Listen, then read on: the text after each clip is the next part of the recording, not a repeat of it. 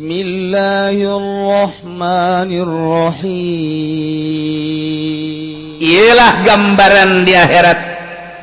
Cek Gusti Allah, Allah lah anu niupkeun angin sebagai pendahuluan pangbubunga hareupeun rahmat Allah, yakni hujan. Ku Gusti Allah angin titah nyedot cai dibawa ka luhur, kemudian geus jadi reueuk jeung mega di luhur hideung didoronglah ku angin sesuai jeung perintah aing.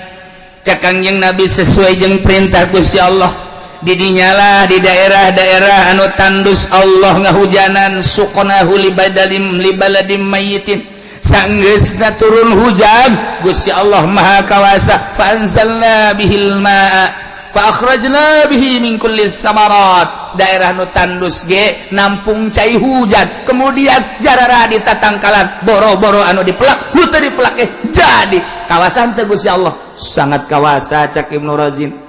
mantak cek Gusti Allah, kadzalika nukhrijul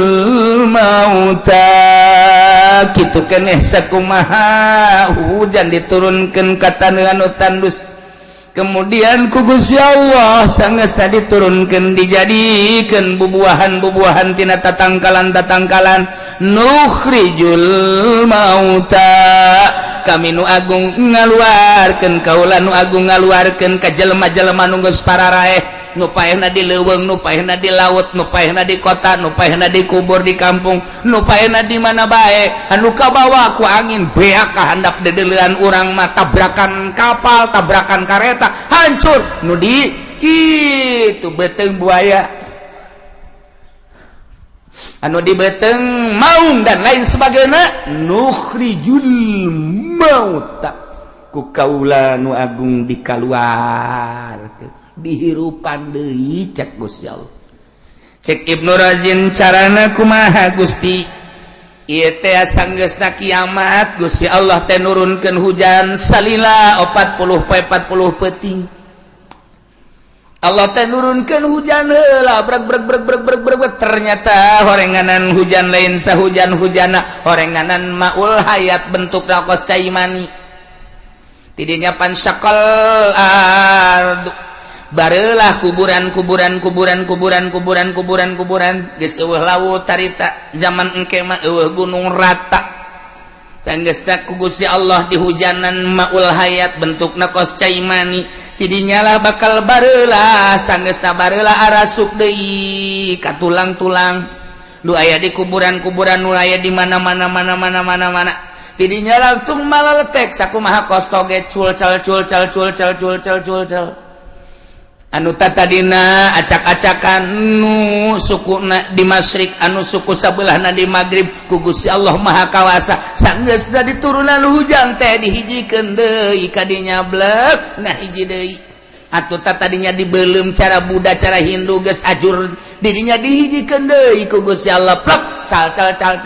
eueuh nu katinggaleun kabeh, nu paeh biasa dikubur, anu paeh di beuteung buaya, nu paeh di beuteung maung, anu paeh dicacak jeung jadi kitu lebu kabeh ngahiji brek. Ieulah gambaranana bahwa Allah nurunkeun hujan ka taneuh anu tandus. Eta mah pantaneuh mah eueuh nanaonan tatadina, setelah diturunkeun kojarala di bahkan buahan. Ieu mah komo tatadina urang geus diayakeun jadi jasad, kemudian dihirup deui leuwih gampang tibatan hujan turun ka taneuh anu tandus. Eueuh nanaonan kok jadi.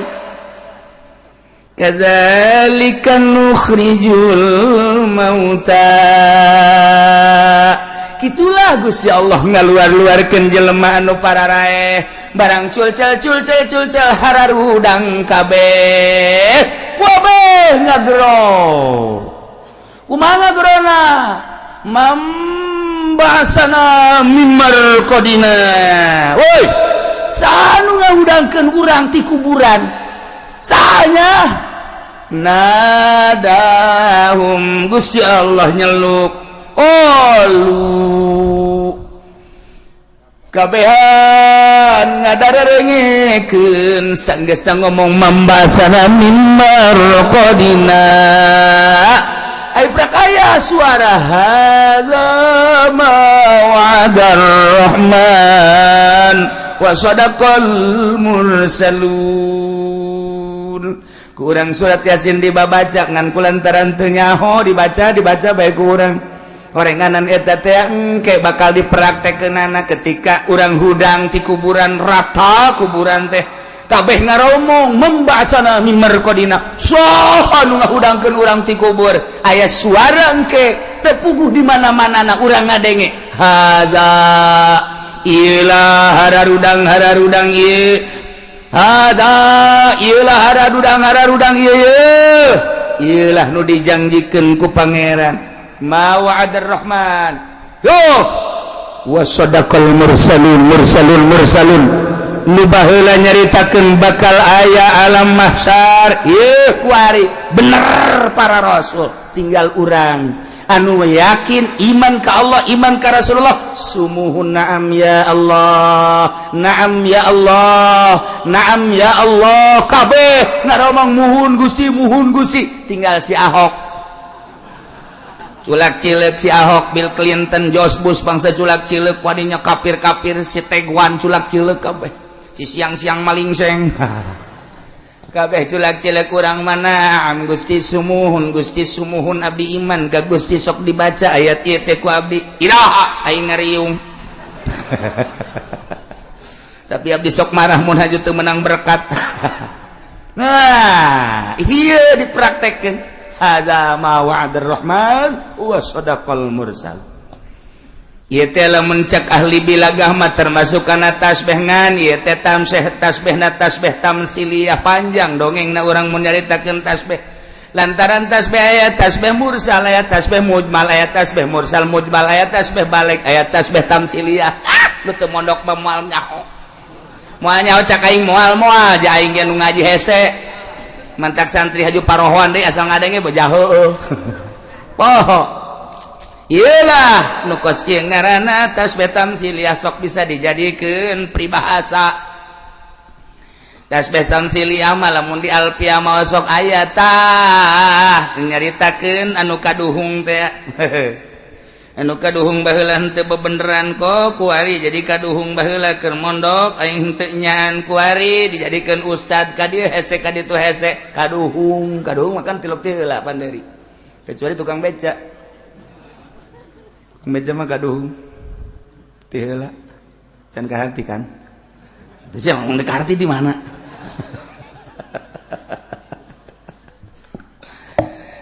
nah iyalah tasbih tamsiliyah masuk disebut peribahasa mah Sunda paling loba Arab loba subhanul yaum rijalul qud eta peribahasa Arab subhanul yaum hari ini engkau harus menjadi manusia yang gagah seperti anak muda gantungkan cita-citamu ke atas langit eta Bung Karno rijalul yaum subhanul ya rijal god nanti engkau kelak akan menjadi pemimpin eta peribahasa singkil kuari engke bakal ngeunaheun engke tuh eta tah subhanul yaum rijalul god peribahasa lamun di Sunda mah loba jasa peribahasa teh lain lalagahan mun Melayu aya sedikit-sedikit lama-lama jadi bukit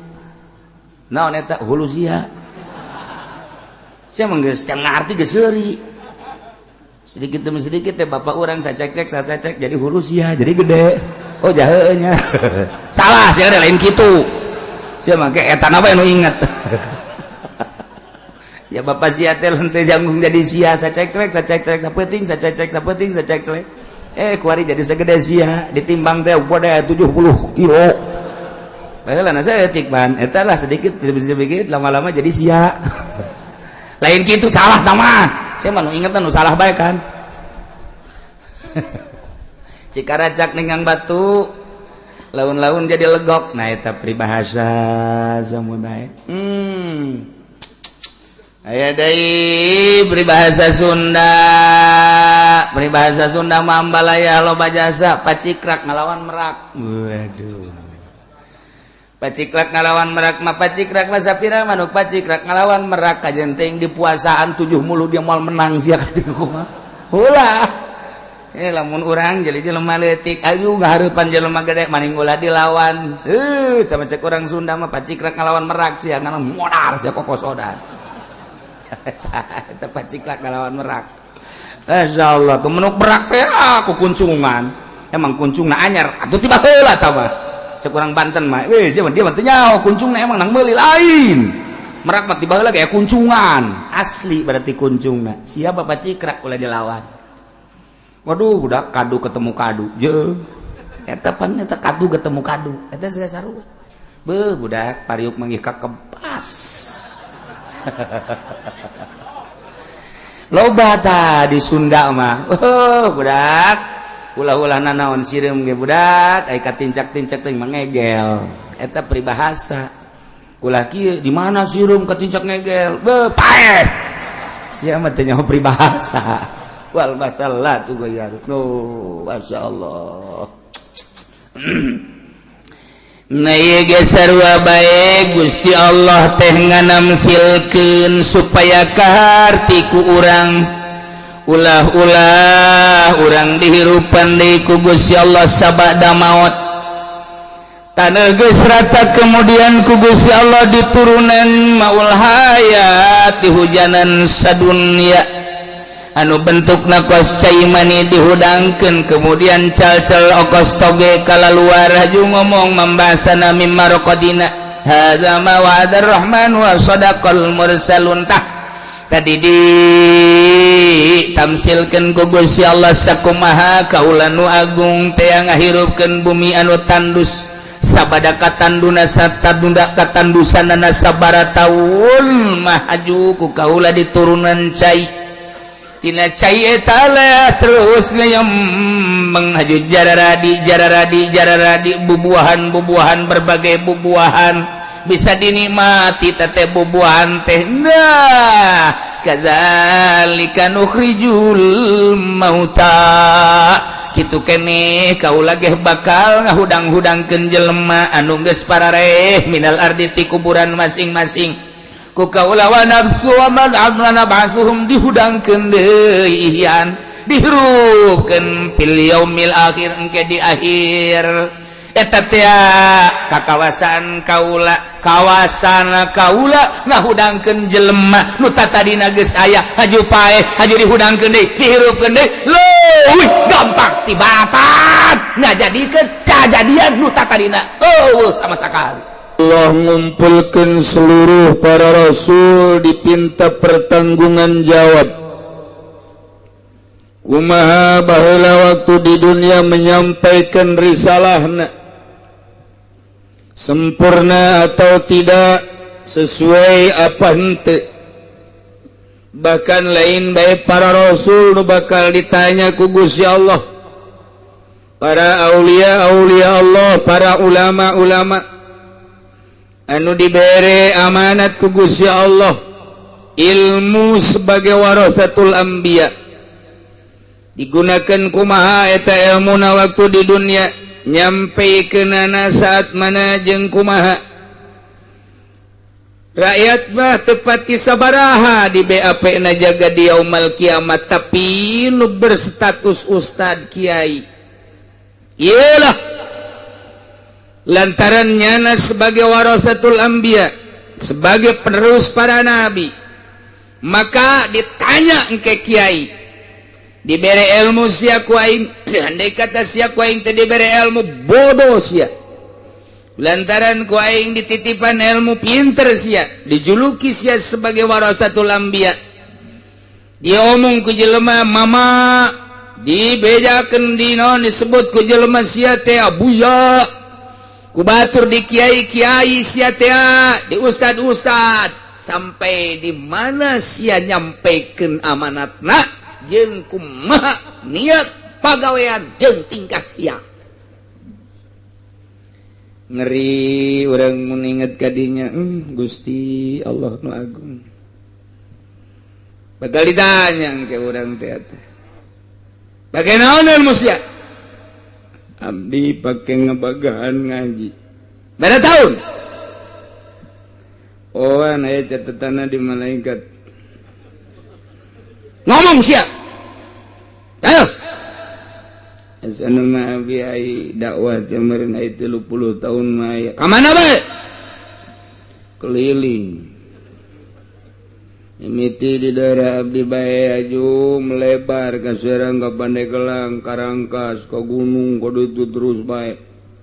Sia daek. Tugas abdi lantaran abdi ngarasa kewajiban. Bener sia kituna. Nyaho lah.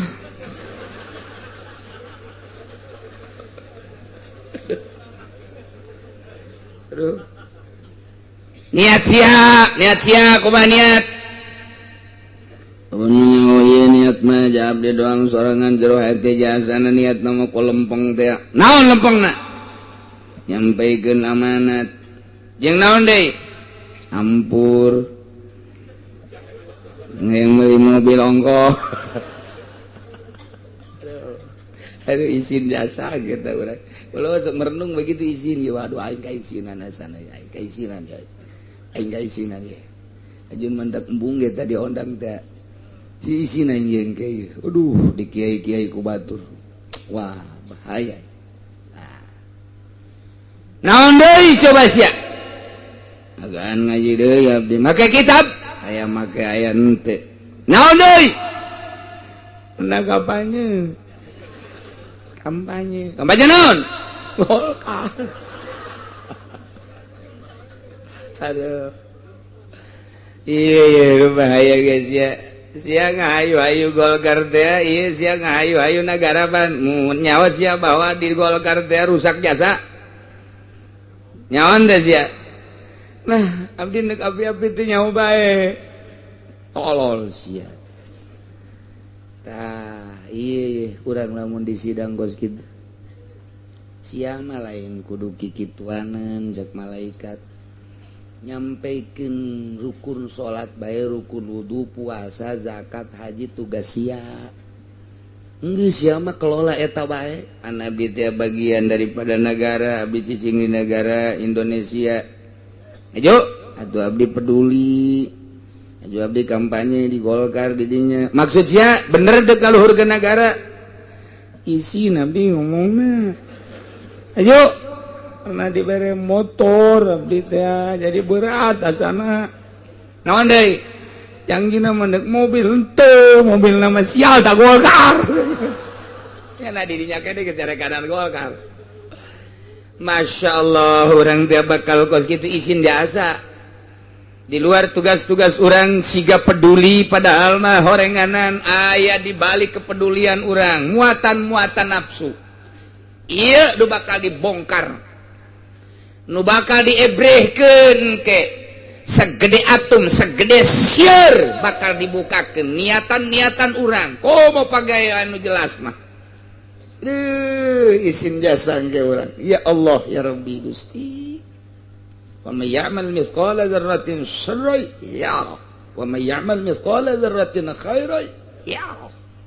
bagus jeung goreng ditembongkeun bakal kan niat-niat urang bakal dibukakeun ke mantap gahajuna masararieun Inggris jasa iya efek terus ngefek ka para kiai mantap ulama baheula mah makin jadi kiai makin apik makin sieun ka Allah ya akhir zaman ayeuna mah makin gede melebar makin popoharaan asa aing asa maneh mungpang-mungpeng lain di negara bae aya bahasa aji mungpun horeng kiai ge keur mah kapake ulah dingkekeun deui mere motor mere mobil mere naon bae ayo geus ka dieu geun bae ai kuduna mah beuki nyana jadi kiai beuki sieun ka Allah sieun si salah rempan geus terus ijtihad geus bal eureun-eureun macaan kitab bae kiai mah kesempatan maca koran mentak ulama eta didongengan ku almarhum abah kula deuleu tuh Ki Hairun unggal meja aya kitab diuk di hareup aya kitab celek muka kitab diuk di tengah aya kitab celek muka kitab diuk di dapur bari dahar celek aya kitab sadia gene kitab teh hai kuari mah diuk di hareup majalah diuk di tengah koran diuk di dapur jelema waduh bugil ieu masyaallah nah ieu mah para rasul kabeneran urang keur mejeuna ngadongengkeun Kangjeng Nabi Isa alaihis Isa abdi Gusti anta qulta apakah anjeun pernah nyarita terhadap umat anjeun bahwa anjeun teh sebagai pangeran ibu anjeun ngaku sebagai pangeran nita ka umat anjeun ani budullah ani budu kitu li wa umi pernah ente Gusti ma qultu lahum illa ma amartani bihi an ya'budullaha rabbi wa rabbakum wa kuntu alaihim syahida ja abdi mah teu pernah ngucapkeun naon kecuali nu diparentah ku Gusti ngutus abdi sebagai rasul abdi nitahan ka umat abdi supaya ubudullah cek abdi ibadah maraneh ulah salah ka Gusti Allah tarabbi wa rabbakum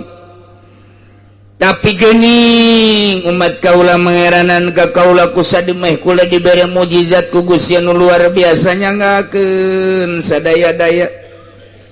abdi mah geus caritakeun ka umat abdi ngajak ka umat abdi lurus abdi mah teu mah Gusti mah uning nganyaksian kanaon bae anu dilaksanakeun ku abdi nyangakeun sadaya-daya cenah abdi ayeuna mah kulantaran umat abdi teh ayeuna ngamangeranan ka abdi intu azibhum ku Gusti bade disiksa eta umat teh atuh painahum ibaduk tamajah hamba Gusti nyanggakeun ka Gusti nu gaduh Gusti nu jari-jaraja Gusti nu pulah-pulah kieu-kieu ge latiradu alaikam wal aya nu ngalawanan ka Gusti nyanggakeun sadaya-daya acenah kulantaran manehanana teh dek dihampura ku Gusti wa intagfir lahum Gusti rek dihampura atuh painaka antal aziz ja Gusti mah maha hampura maha gagah sakumaha lobana kasalahan ge sakolong langit sapinuh dunia iku Gusti rek dihampura matu dia Gusti boga kewenangan manggakeun sadaya-daya Gusti mapan al hakim nu maha bijaksana nyanggakeun ngan abdi mah ulah kaciwit ka bawa daging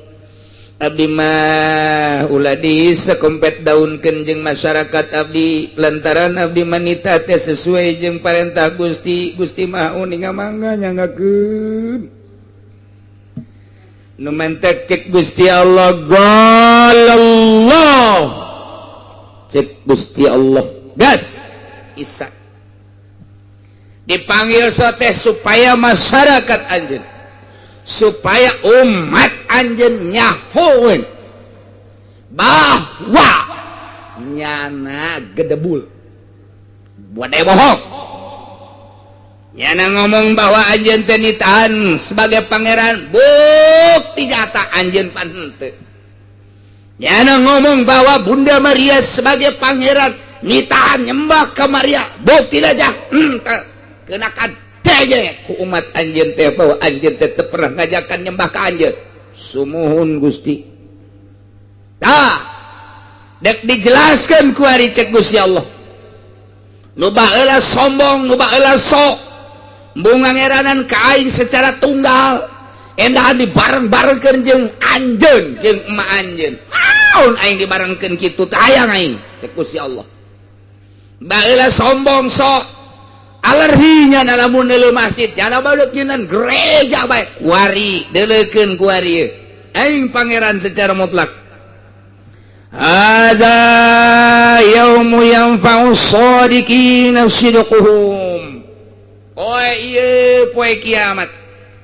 poean manfaat kanu balalener kabeneranana anjeun bener bakal tembong kamangfaatan kebeneran anjeun masyarakat anjeun ge bener sarua wae alhamdulillah cakabehan teh alhamdulillah anjeun bener Isa masyarakat anjeun ge bener umat anjeun ge bener oh nu di Sumarekon geus rancung sia bener aing ge mantap cek ge mantep wow geus senyum-senyumnya urang dibenerkeun ku pangeran mantep kan di BSD geus sareuri bae kabeh tercengang dengekeun cek Gusti Allah anjeun Isa bener bahwa anjeun nyampaikan tugas anjeun sebagai rasul ngajakan ibadah ka kaula teu macem-macem teu pernah anjeun ditahan ibadah ka anjeun jeung ka ma anjeun alhamdulillah masyarakat anjeun ge bener oh surak nu di BSD surak nu di Sumarekon di Itali Roma wah surak ore tapi bener ge bener bohong na langsung tararungkul hak bener kabeh ngan anjeun Isa bener-benerna nyata berarti masyarakat anjeun ge bener kan bener bohong na aju anu bener-benerna anu nyata dek dikamanakeun cek Kangjeng Nabi Isa lahum jannatun tajri min tahtihal anhar nu balaleuneur mah lain anjeun bae umat-umat anjeun nu balaleuneur nu mangeranan ka kaula termasuk para rasul para nabi para wali bakal diberena ieu adalah kamangpaatan mangpaatna bakal dibere surga lamun nyaritakeun surga cukup dina Al-Qur'an mah tajri min tahtihal anhar handapeun gedong-gedong handapeun tangkal kayu aya cai sing korolok sing kolocor caina engke di akhirat teu kudu make wafin teu kudu make paralon engke ngolocor sorangan heran engke bakalna di kamar urang cai laleumpagan sesuai jeung kahayang urang cenah hayangna gede-gede cenah hayangna leutik-leutik teu kudu make paralon teu kudu make nanaon datang sorangan dipanggil engke urang mung mengkol deui sakumaha angin we gitu cai teh sing kolocor tahtihal anhar di handapeunana di luhureunana di mana bae membuat indah suasana angin-angin limbah di ditu mah bararau bentek itu lain sorga teh mah kos kitu sugan angin teu sejuk teh aya pokokna sareuri sareungit kitu di sorga mah ieu cukup bae tajri min tahtihal anhar lantaran sumber keindahan teh tina cai nu manta kurang ge sok nyieun kokorolokan di imah teh sok nyieun cai mancur di imah teh sekelilingna dijieun kadang di jero imah dijieun patamanan supaya jadi sorga padahal mah ai boga hutang mah tetep bae ngolocor tinggal ngolocor hareudang mah hareudang bae hareudang teu cupar atuh kunaon cai ngolocor ai hutang mah tetep bae komo urang keur diudag-udag polisi mah cai ngolocor tinggal ngolocor handapna lauk neuleuh hansip pajar tentara bae pajar polisi bae puguh hansip keur baris pajar deuk nyangkep nyana tah moal tenang hirup teh tenang sateh di mana-mana urangna teu boga masalah urangna sehat sakadar duit boga imah mun hujan teu bocor mun panas teu kapanasan pamajikan luis bae anak nu batuk-batuk acar neuleuh ka gigir aya sakopi belah dieu aya apansa leutik-leutik ge lah masalah ayo urang teh naon di sisi imah diayakeun taman-taman dan lain sebagainya masyaallah boro-boro kopi make gula teu make gula ge amis kopi teh serudut cek pemajikanna ngeunaan teh ka woi luar biasa cek teu kurang gula ka entut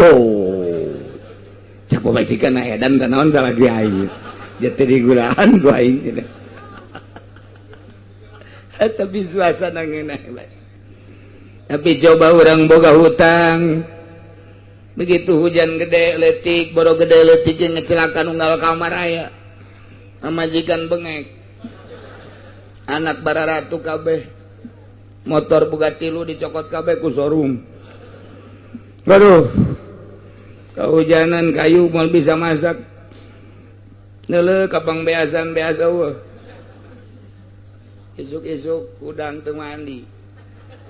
cileuh sagede poleca diadukan kopi ke pemajikan ngeunah waduh gulana dan lain sebagainya disodorkeun tanya kak sedang eta gulana pahit itu kopi meureun gimana dia kopi kak kapal api ieu kak kapal perang ngomongin kapal api geus pamajikan ulah ngadeukeutan kudu surti wah ieu salaki lain deui ieu ulah ngadeukeutan ieu mah asal jungas-jengos kieu bae pasti bukan nu anyar ieu kajen hukum ieu eta teh suasana di imam menjadi suasana surgawi di mana urang teu boga hutang eueuh beban masalah Masya Allah ngeunahna luar biasa kuari mah ditambah hutang teboga sekadar kendaraan aya imah sakimah alhamdulillah teu mewah ge tapi teger pemajikan sehat bisa hirup sauyunan kacai jadi saleuwi kadarat jadi suang salat nikmat luar biasa anak narurut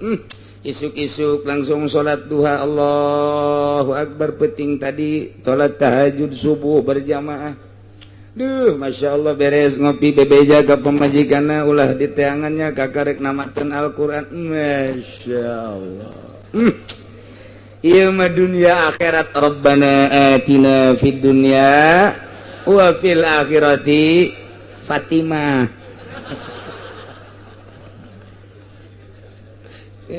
tah hirup teh urang teh sederhana kos gitu teh sederhana teh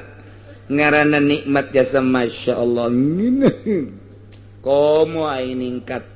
ditimbangna pikiran urang beratan ka mana eta mah akur tah antara dunia jeung akhirat akur 50% komo lamun ditimbangna ku urang dunia urang di dunia teh geus teu kadeuleu dah barakal ditinggalkeun naik kuari ka akhirat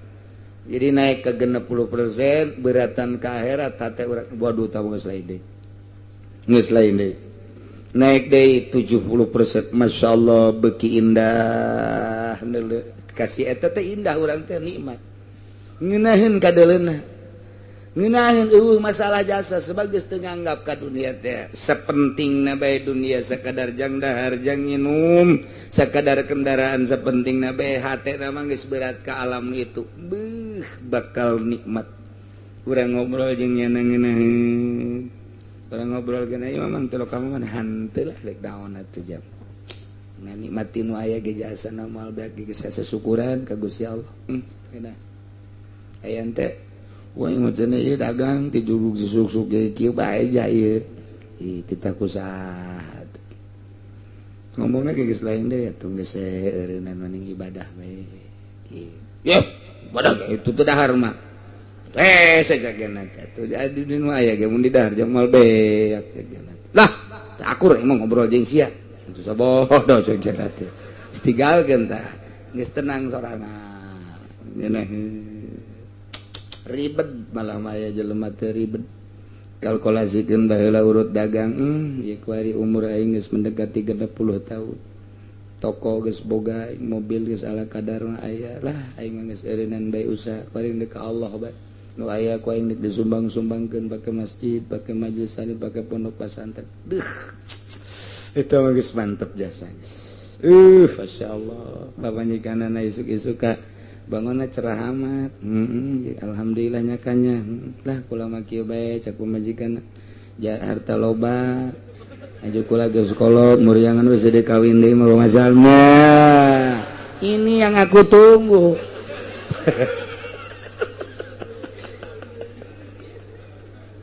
Asana neangan sabanten malaya boro-boro nu sehat nu gering ge amanat ulah dicandung kulanya padahal geus teu bisa diheesan gering tetep bae salaki teh diparak milu gering aturan mah panjana kuduna mah aduh aing gering geus teu bisa dimangpaatkeun ku salaki lah tuh ulah gering kabehan salaki mah kena kawin deui ridho aing eta kan hebat. Ieu mah lain angkara megala ulah nyandungnya.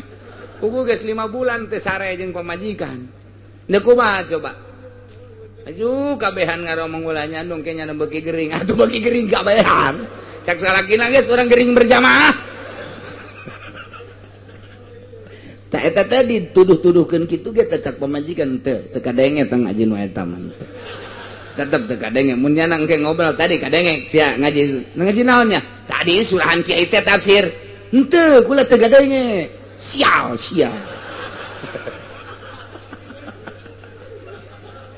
tetep jada kajian teh gua teu kadenge direkam ya aya betak daengekeun tah teu kaburu ke kula ka dapur heula teu daekeun ngadengekeun nu eta teu daekeun datang ka di Arab cek salah kene ireh itu ngadengekeun eueuh salakina dibandingkeun HP-na beusi disetel tanyakeun ku saya HP ka mana ku budak beureum ngajubek dibanting teu beubeuk ku nyana eta kumbung-bungna ngadenge ieu ngaji ka mana ieu ngaji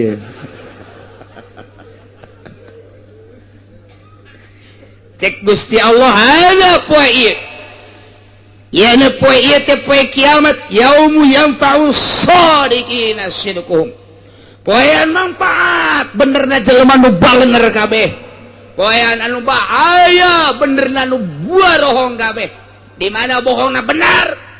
titah ibadah ke Allah endahan ibadah ka anjeun isa salah berarti bener salah na si eta teh siksa ku aing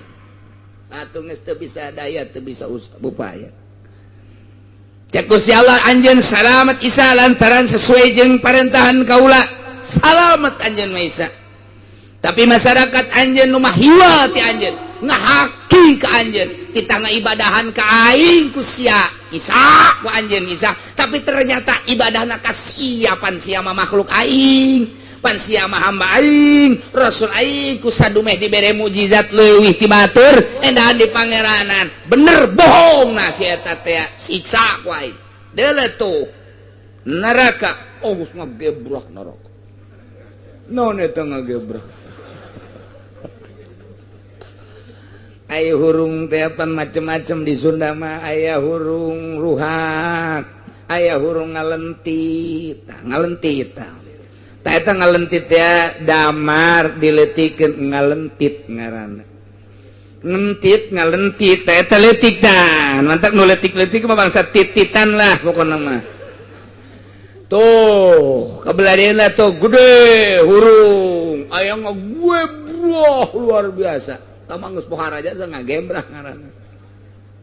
neraka geus ngagebrah hurung luar biasa di deuleu di handap walah eta nu ngaran ruhak pohara jasa di jero ruhak teh kadeuleu aya oray tina seuneu lelempangan aya kala dibuat tina seuneu lelempangan lain kala seperti di kurang kuari kala naga dijieun tina seuneu geus calangap bae aya buaya aya berbagai hewan-hewan anu galak aya oray nu hese nyaritakeunana oray sujaul akra dibuat tina seuneu sarua bae pemandangan anu luar biasa sieuna ya cek Gusti Allah manfaat bagi jelema nu bener bakal dibere surga lahum jannatun tajri min tahtiha al-anhar tuh surga wah geus kadeuleu bidadari geus kieu bae cep sini cep aduh ieu curugna nu bentik teh ka dieu gegeraan wahai ahli tahajud kadieu gegeraan wahai ahli duha kadieu gegeraan wahai ahli jelema anu sok zakat anu sok jariah ka masjid pondok pesantren majelis talim hayu kadieu anu sok ngaji nu ngajina nu henteu nundutan teh kadieu ya kan geus indah jasa lulu ka ditu mencrong pemandangan nu indah lulu ka kenca seudeu ngagebrah berbagai pemandangan nu pikasieun nyata di dinya deuleu ka belah ditu luar biasa indahna urang di dieu di tengah-tengah nah nu bener-benerna surga nu bener bohongna neraka teu mah bagi jelema nu bener radhiyallahu anhu wa radu'an di surga teh sabaraha poe ieu teh saminggu sabulan satahun 10 tahun 100 tahun tidak ada jangka di surga menikmati kenikmatan nu hakiki khalidina fiha abada seneng-neng di surga Masya Allah di dunia orang hirup ngan 50-60 tahun dipaksakan salat puasa ibadah ka Gusti Allah. Allah nu nyieun langit bumi nu nitah ngaibadahan, nu nitah diibadahan ku anjeunna urang teh teu mamrih hujan, teu mamrih panas, teu mamrih sugih, teu mamrih keur susah, teu mamrih keur sehat, teu mamrih keur gering lah jang moal kebal ieu aing madek ibadah bae ka Gusti Allah bakal dibalas ku surga nu tajri min tahtihal anhar, teu kudu dicaritakeun jerona, di jero eta teh urang khalidina fiha abada. Di dunia mah jadi presiden SBY paling ge sababaraha saat deui.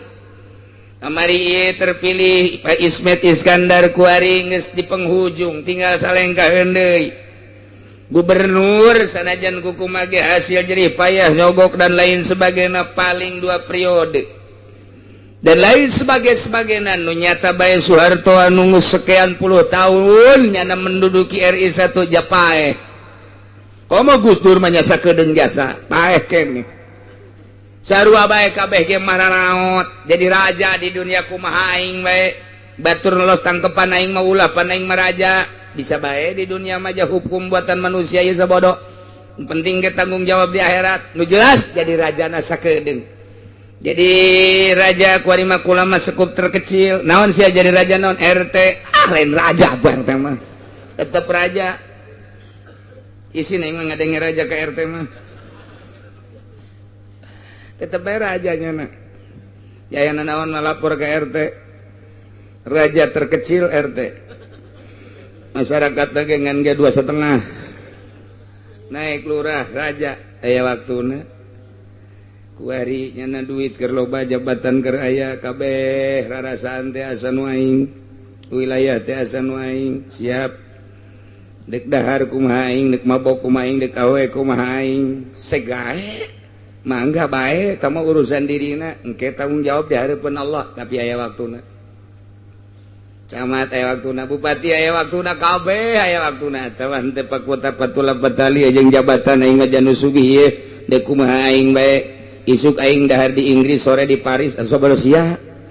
Isuk-isuk aing dahar di Singaparna, isuk di Singapura. Los. Kumaha sia bae tah mah. Pohoang ka Allah aing mah pokona awewe neuk nu mana bae ge dibeli ku aing lah jaloba jasa di hotel tim miti nu putih jasa ka nu hideung jasa los. Aing mah hayang ngarasakeun nu putih saat jasa cenah urang Cina los. Urang Belanda beureum tah lain putih los. Hayang nu hideung jasa cenah aing urang negro sugan dalit los. Kumaha sia bae. Hayang nu jangkung cenah India ieu mah los, Pakistan. Los, hayang urang Arab cenah ieu mah atuh los. Hayang urang Turki nu gede jasa sing ade bae tinggal kopeah mah bae di luhur beuteung ka mana jelema nyaba tah ieu di dunia mah ya waktuna tapi di akhirat masyaallah ku ibadah hanya 10 20 50 tahun tanpa mamrih urang teh keur boga duit tah lah aing mah jang akhirat jang teh bakal paeh. Salat terus bae sabisa-bisa aing we husuna sakieu Allah mau ningali aing lain teh hayang husuja dengan sakieu. Tapi nu jelas aing mah nurut ya ka Allah pangeran teh Allah aing mah. Lain Isa, lain Maryam, lain roti, lain kayu, lain si Gotama. Geus pokona mah aing mah lain, pokona mah Allah hiji. Salegi aing bisa aing ngaji, aing salat, aing puasa, aing zakat. Harta aing ka dibikeunan ku aing ya aing mah deuk balik ieu ka ditu. Dek balik diheula-heulakeun ku urang salat, puasa, zakat, harta datang ka ditu tah nu baheula diheula-heulakeun ku anjeun teh tah salat anjeun. Jore amat salat ieu. Atuh pugu pagawean saha? Emang sok khusuk. Tilok-tilokna mah. Atuh hayang nu bagus bae. Ieu salat nu jore teh kos kieu tadi bentukeun buntutan. Aduh, kira-kira embe mun aya buntutan, amun aya buntutan bagus teh jore, salat sia mah leuwih jore tibatan embe. Nu ieu mah nu saurang ngobrol, sia naonan, buntut mah ngahuluan. Ngarobrol tah nu teh harusu teh. Nu teh harusu teh pan salat teh kieu lamun mulus, salat urang zuhur 4 rakaat mulus, jadilah binatang embe misalna mulus. Lamun rakaat ka hiji husu, rakaat ka dua henteu eueuh huluan. Rakaat ka tilu teu husu eueuh buntutan. Rakaat kaopat teh husu eueuh sukuan. Naonan doang atuh. Wallahu a'lam geus kitu bae tah geus pokona. azana mah rombongan uhuluan kabeh nyala ngobrol ke di akhirat Aizal aing buntutan aing uhuluan sia nu aing sukuan bubu geus ngarobrol gitu aing mah aya ceulina hiji ceuk teh kari tu ngarobrol kabeh tah disesuaikeun jeung husu jeung henteu isin urang ja salat urang dikitu-kitu Gusti malah abdi mah jeung kabehan waya di dieu sanajan teu husu ge bentukeun nu bagus-bagus Gusti lah lantaran atuh jah husu mah hese jasa iwati wali jeung solihin anu bisa husu mah ge tanyakeun besi di pengkolan solihin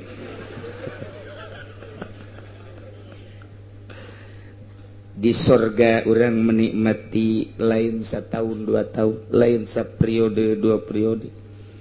lain puluh ratus tahun tapi dijelaskan khalidina fiha abada begitu orang ngampak di ditu tah ieu cek malaikat harta anjeun nu diheula-heulakeun baheula teh kaduhung amat baheula padahal mah boga 5 miliar mah tapi geningan 100-200 juta nu di ka masjid jeung teh nyaho kieu mah dijualan baheula sawah teh pake ngabangun masjid malaikat ulah loba omong penghayal teh ngaranna keur ieu emang teh nyampaikeun kiai nyampaikeun aja ngadenge rada nundutan pas bab eta tah emang nusugi mah kitu nusugi mah asal bab zakat dengan ngarokok bab jariah ngarokok nusugi mah kitu mun nu susah mah tah bagus jasa tah sebab nu susah mah yang dibere pan nusugina teh daek mere ceuk nanya ka nusugi tadi ngaji kadenge belba naon belba zakat ieu aing keur ngarokok teu ngadenge api lain bae tak engke mah lain kitu di akhirat mah kaduhung jasa aing kadanan ngajualan sawah ngajualan huma atuh nu aya ge duit aya jauh kieu mah tuh dibandingkeun jeung itu batur aing tuh anu ngajariah ke masjid ke pondok pesantren luar biasa aing nyaho kitu mah padahal mah aing sabanding jeung nyana engke mah ngaromong kitu Naila khalidina fiha abada radhiyallahu anhum Gusti Allah ridhoan ka jelema nu balener dengan taat nurut ka Gusti Allah wa raduan atuh ridhoan jelema nu balener ge ka Gusti Allah dengan diberi ganjaran ialah surga nu sakitu poharana penuh dengan kenikmatan anu hakiki zalika al-fawzul azim kebahagiaan anu pohara gedena wala yanfa'ul kadzibina fid dunya teu mangpaat nu barohong kabeh di dunya nu mangeranan lain ka Allah berarti gede bohong sidguhum bener nanyana fihi dina poe eta begitu di sidang deuleu neraka jelas-jelasan kabeh ngacung Gusti abdi percaya bahwa pangeran teh Gusti raung kabeh isa teh orang lain pangeran Gusti abdi percaya manfaatna percaya jaga di akhirat mah lantaran geus deuleu neraka nyana deukeut di kana nerakakeun ka karek percaya geus deuk dihujurkeun ka neraka nyana ngaracung abdi percaya pangeran teh Gusti Isa mah lain pangeran Maryam lain pangeran Uzair lain pangeran cak malaikat lain usi matu kuari mah baheula tetep abdi iman kuari mah teu mangpaat imanna para Kristiani para Kristen Katolik, para Protestan, Konghucu, Buddha, Hindu, Yahudi, dan berbagai agama-agama kafir. Nu tadina teu mangeranan ka Allah,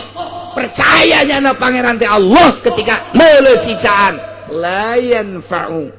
eueuh manfaat sama sekali. Kal kufar seperti para kafir-kafir lama yu'minuna inda ru'yatil azab ketika nareuleuh kana siksaan.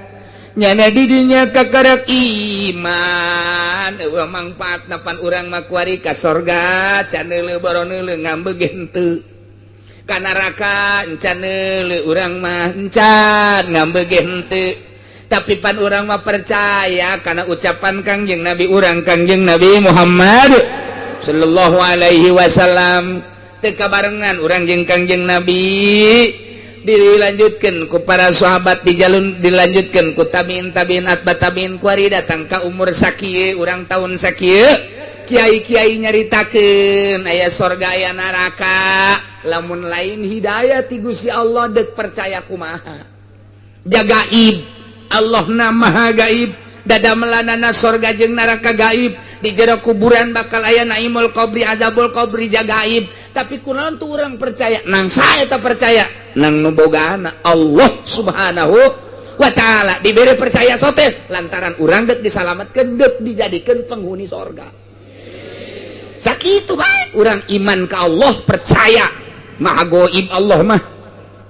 lain di luhur lain di hadap lain di kaler lain di kidul lain di wetan lain di tengah Allah mah teu di mana-mana tapi aya tidak di mana-mana tapi ada di mana-mana tamah iya Gusti Allah tak kos kitu tah urang percaya eta nu mere kepercayaan ka jero hate urang Allah lain nang urang nu mantak Gusti abdi nang Gusti percayana abdi ka Gusti ge lain nang abdi nang Gusti nuhun Gusti abdi dibere percaya ku Gusti tetepkeun kepercayaan abdi ka Gusti Gusti ulah dicoplokeun jeung ulah dicabut Gusti alhamdulillah abdi percaya jasa pangeran teh Gusti nu mun percaya ka Gusti pan Gusti janji bakal dijadikan penghuni surga abdi geus indah jasa ku ari di dunia ge geus asa di sorga bae masyaallah dibere coba sia ku aing sugih Gusti sanajan abdi sugih tetep abdi mah mangeranan teh ka Gusti bae sugih jasa sia ku aing tetep abdi mah mangeranan teh ka Gusti bae disusahkeun sia ku aing abdi mah deuk ka Gusti bae disusahkeun ge disusahkeun jasa deuk ka Gusti bae abdi mah tuh ka Gunung Kawi sia teu hayang abdi mah ka Gunung Kawi mah daripada ka Gunung Kawi mending ka Gunung Sembung isiana naon teu deuk ka Gusti bae abdi mah deuk ka Gusti bae dibere sehat sia ku ka Gusti abdi mah dimuriangkeun sia ku ka Gusti abdi mah atuh kitu mah pohar jasa dan mantap urang dibere sugih keur dicoba ku Allah kaing teh sia kaing teh disusahkeun kaing teh ayo disehatkeun kaing teh sia kaing teh disusahkan kaing teh ternyata geus berbagai cobaan ti Gusti susah sehat gering sugih dan lain sebagainya tetep kaing anjeun hamba aing anu sejati aduh ku aing dibere sugih sia tetep sujud ka aing dibere susah sujud sia ka aing dibere sehat sujud sia ka aing dibere susah sujud sia ka aing ngan bedana saeutik keur susah sia tilok kurang penting lantaran sia demo ka aing cendak sia teh cenah pangeran kieu teh aing geus diampurlah lah ngomong sakitu mah ku aing sia penting mah mangeranana ka aing ka iya mata kurang sing istiqomah sing hade ulah goyang situasi kumaha bae kondisi kumaha bae geus kuari mah maning rada dibersihan moal kebal deui urang bakal balik ka ditu ulah dirocet-rocet awak urang ku 10 20 lah kos karya itu tah bangsa sogokan kajian batur mah anu teu sieun ka akhirat urang mah deuleu akhirat engke aing hanas bakal ka sorga tapi kudu melalui neraka heula jedis najis aing mah jaduit aya ieu jang dahar ta ulah kabita geus ngocoprak bae ge waya aya mah dicokot bae asa jasa heran engge kiaina ge kitu sarua bae ngarep-ngarep malah mah kiaina panghina-hina jelema anu mengadahkan tangan termasuk nunyin proposal etalah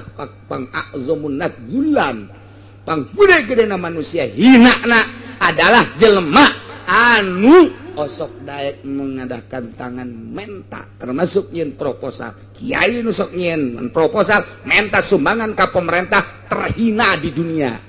cak Kangjeng Nabi lain cakula deuleu hadisna jelema nu sok punta penta baik menta langsung maupun make proposal keukeuh mentana panghinana manusia mun nyaho hayang jelema panghina-hinana jelema eta je cenah udang-udangna gede tambahan deui gedena sagede bakuloa sih nyaho bakuloa loba jasa da boboko bakuloa godag boboko letik bakul rada gede nya kemudian bakuloa rada gede tah bakuloa mah godag wow atau mengusah saja tuh godag guys, madak sih segede godag ngomong, kalau tahulah itu. Masyaallah, lo bahasa Inggris kan lalu waru-waru. Lillahi mulkus samawati wal ard. Cek Gusti Allah tetep ka Gusti Allah hari kerajaan seluruh langit jeung bumi. Tersimpan di langit jeung bumi berikut hujan waya di langit datangkalan jajadian nuaya di bumi berikut rizki nu diturun-turunkeun ku Gusti Allah jeung naon bae langit jeung bumi katut eusina wa ma fihinna taya teh adalah milik Allah atunaha make teu ngimankeun ka Allah teu mangeranan ka Allah make mangeranan ka manusia make ka batu nu nyieun langit jeung eusina Gusti Allah nu nyieun bumi jeung eusina Gusti Allah termasuk segala rupa esi-esina langit bumi eta nangieun Gusti Allah layak lamun Allah ngaku pangeran kurang disembah ja emang jijieunana ieu atuh urang mah nyembah ka nu nyieunna pas jasa atuh kunaon make nyembah ka Isa nyembah ka Maryam nyembah ka patung nyembah ka batu nyembah ka sinar dan lain sebagainya salah total nyembah mah kudu ka Khaliq nu nyieun langit bumi katut esina dibejakeun ku Gusti Allah lillahi mulkus samawati wal Allah langit jeung bumi katut eusina wa ma fihinna sembah aing cak Gusti Allah ulah kuat kayak salah nyembah wa huwa ala kulli syai'in qadir Gusti Allah maha kawasa kana seluruh perkara di antara kekawasaan Allah ithabatus shadiq nu bener dibere surga di ganjarna wa tadzibul kadzib nu salah dibere ganjaran neraka siksaan nah ialah kekawasaan Allah subhanahu wa ta'ala akal nahsis kana zat Allah besi aya kieu aya bahasa ala kulli syai'in qadir mun diasupkeun kana ilmu mantek makul teh adalah termasuk kana adat surkuliah asupna teh kana jami'ul afrad berarti geus lamun diasupkeun kana kulli syai'in teh termasuk Allah ge beurananan kulli syai'in atuh lamun kos kitu mah beurananan atuh termasuk di jerona Gusti Allah oh ditahsis ku akal zatahu zat Allah mah teu asup kana kulli syai' ieu asupna kana anu mumkinul wujud geus palaisa alaihi biqadir geus teu kasupkeun kana kasifatan qadir zat Allah mah justru Allah maha qadir ulah nyaritakeun ai Allah nu nyieun Allah saha ulah geus Allah mah mutlak ayana wajibul wujud kakenaanana ya kuali syai'in qadir ieu syai'na syai'anu mumkinul wujud langit bumi katut eusina termasuk kolam termasuk aras lauhil mahfuz malaikat termasuk urang ialah asup kana ala kulli syai Allah na maha qadir ulah nyaritakeun Gusti Allah geus zat Gusti Allah mah wajibul wujud ieu mah keur nyaritakeun nu mumkinul wujud mudah-mudahan urang ku Gusti Allah dibere istiqomah iman urang dibere ajeud iman urang dibere naik iman urang dibere mantep hindari dunia ila daril akhirah sehingga orang bisa nuturkan kangjeng Nabi orang bisa nuturkan para wali Allah bisa nuturkan ulama nu balener sehingga orang digiringkan ku Gusti Allah melalui malaikat dengan bendera Nabi wali jeung para ulama menuju surga Allah subhanahu wa ta'ala bi barakati ummil Quran al-Fatihah.